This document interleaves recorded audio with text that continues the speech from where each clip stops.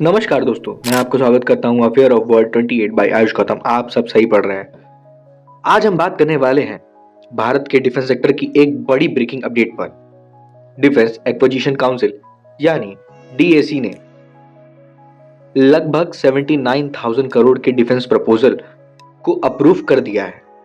ये डिसीजन भारत की tri service capabilities मतलब आर्मी, नेवी और एयरफोर्स को एक नई शक्ति देने वाला है।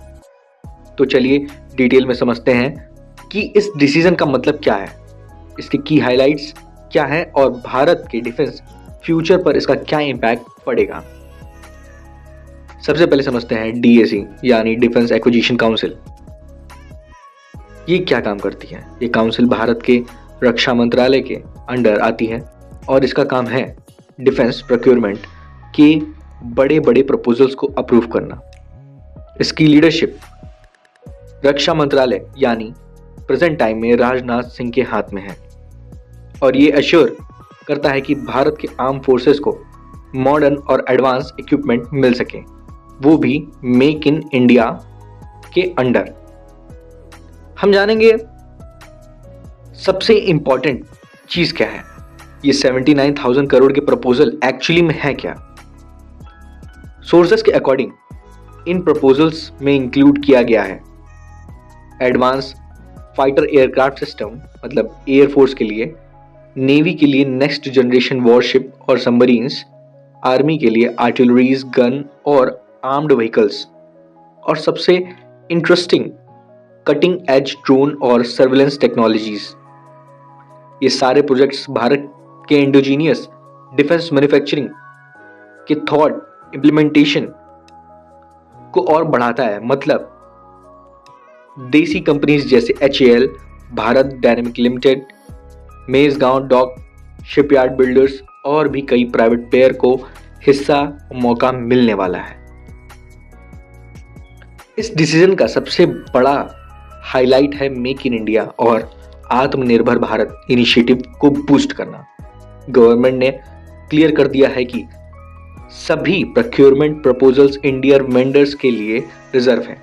मतलब ये पैसा फॉरेन इंपोर्टर्स में नहीं बल्कि भारत के इंडस्ट्री इकोसिस्टम सर्कल्स को जाएगा। इससे न सिर्फ डिफेंस सेक्टर बल्कि एम्प्लॉयमेंट और टेक्नोलॉजी इनोवेशंस भी बढ़ेगी। एक्सपर्ट्स कहते हैं कि ये एक गेम चेंजर स्टेप है जो भारत को सेल्फ रिलायंट बनाएगा इन डिफेंस प्रोडक्शन। अब बात करते हैं इसका स्ट्रेटेजिक इम्पैक्ट क्या होगा। ये 79,000 करोड़ का प्रपोजल भारत की ट्राई सर्विस सर्जेंसी को मजबूत करेगा। मतलब आर्मी, नेवी और एयरफोर्स तीनों फोर्सेस के बीच कोऑर्डिनेशन स्ट्रेंथन बढ़ेगी। इससे भारत अपनी बॉर्डर सिक्योरिटी, मैरीटाइम स्ट्रेंथ और एयर डोमिनेंस दोनों में एज गेन करेगा, स्पेशली जब रीजनल टेंशन और ग्लोबल जियोपॉलिटिक्स बढ़ रही हैं। भारत अब अपनी डिटर्मिनेंस, कैपेबिलिटी और रैपिड रिस्पांस पावर को और भी एडवांस बना रहा है। एक्सपर्ट्स का कहना है कि ये मूव भारत के लिए एक लॉन्ग टर्म विजन का पार्ट है, एक ऐसी मिलिट्री बिल्ड करना जो मॉडर्न, सेल्फ रिलायंट और कॉम्बैट रेडी हो, 21st सेंचुरी चैलेंज को झेल सके, उसको फाइट कर सके। ये आने वाले टाइम में भारत सिर्फ आर्म्स इंपोर्ट नहीं बल्कि एक्सपोर्ट भी करेगा। ऑलरेडी इंडिया ने 2024-25 तक डिफेंस एक्सपोर्ट्स को 35,000 करोड़ तक बढ़ाने का टारगेट रखा है।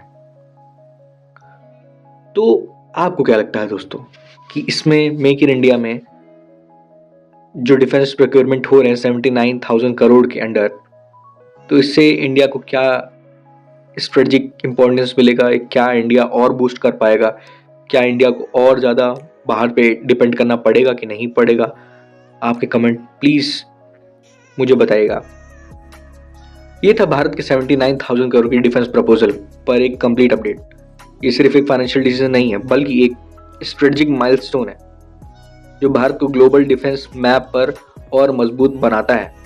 आपको क्या लगता है दोस्तों?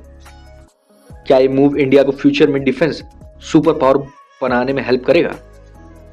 अपनी राय कमेंट बॉक्स में ज़रूर लिखिएगा। अगर आपको वीडियो पसंद आया तो प्लीज़ लाइक कीजिए, शेयर कीजिए और सब्सक्राइब करना मत भूलिएगा। मैं आपको मिलता हूँ नई सी प्यारी सी वीडियो में, तब तक के लिए thank you so much, tata bye bye.